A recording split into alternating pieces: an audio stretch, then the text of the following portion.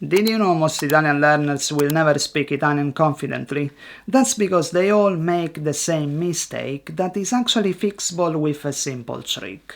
As a neuro-language coach and former university lecturer, I've seen this happen to students over and over again, even the most dedicated ones. So in this video I'm going to show you what's killing your Italian speaking skills, the one change you need to make to start thinking and speaking in Italian, and I'll give you an activity to practice speaking faster and more confidently, even as a beginner. To start, I have to show you the mistakes that stopped my student Sue from becoming fluent in Italian, so you can avoid them.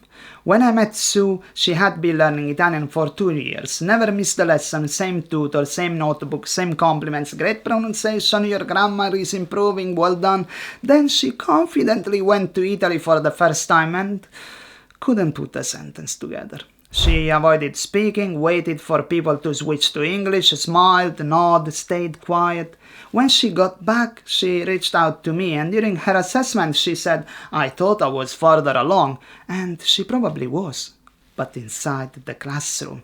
Here is what was really holding her back, and maybe it's what's holding you back too. Whenever Sue didn't know a word, she asked in English, clarified in English, wrote it down in English. It felt efficient, productive even, but it was quietly undermining her progress.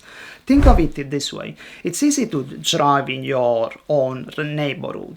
You know the streets, the signs, the rhythm, but try driving in a foreign country. Suddenly nothing feels familiar. The signs look strange, the roads feel tighter, and the roundabouts, oh, that's pure chaos. You can drive, but everything feels off. That's exactly what's it like trying to speak Italian in real life after months of studying at home. You know the rules, but once you are out there, nothing flows like it should.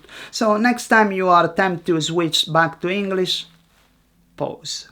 Find another way, gesture, describe, simplify, but stay in Italian. That's how you build real confidence. That's how you learn to write solo. So we made one simple change. We limited English strictly to grammar explanations. And before you say 5 minutes of grammar explained in English will hurt your Italian, take a look at studies on memory overload and retention. Clarity matters. But outside grammar, we set one rule. No more English. We simplified, we mimed, we played, but we stayed in Italian. At first it was challenging, frustration ran high, but Sue was focused, organized and determined. I didn't need to push her. She never gave up. Then, slowly, something shifted.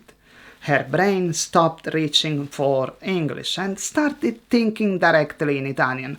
She wasn't translating anymore. She was responding naturally, imperfectly, but fluently. She had built a bridge between English and Italian and confidently crossed it.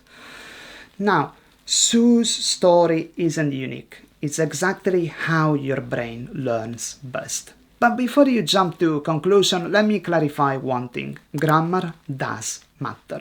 Drills, exercises, practice them all, but when it's time to speak, you don't need perfect grammar. You need courage, curiosity, even a little chaos. In our classes, we phase out English gradually, but as quickly as possible. We keep it around for grammar explanations, brief moments to reset during the lesson, but not much more. Not to make things harder, but to make them stick. Because fluency doesn't come from neatly written notes. It comes from survival, from what you do when your brain has no choice but to stay in Italian. This method works, but only if you are willing to let go. So here is your first real step. I've created a short, practical challenge, something designed specifically to help you break the English habit and start rewiring your brain for fluency. And before you say, "Oh, here we are, he wants my money," it's free. Takes just 5 minutes a day and all you need is your voice. Click the link below to get started. Try day 1 tonight.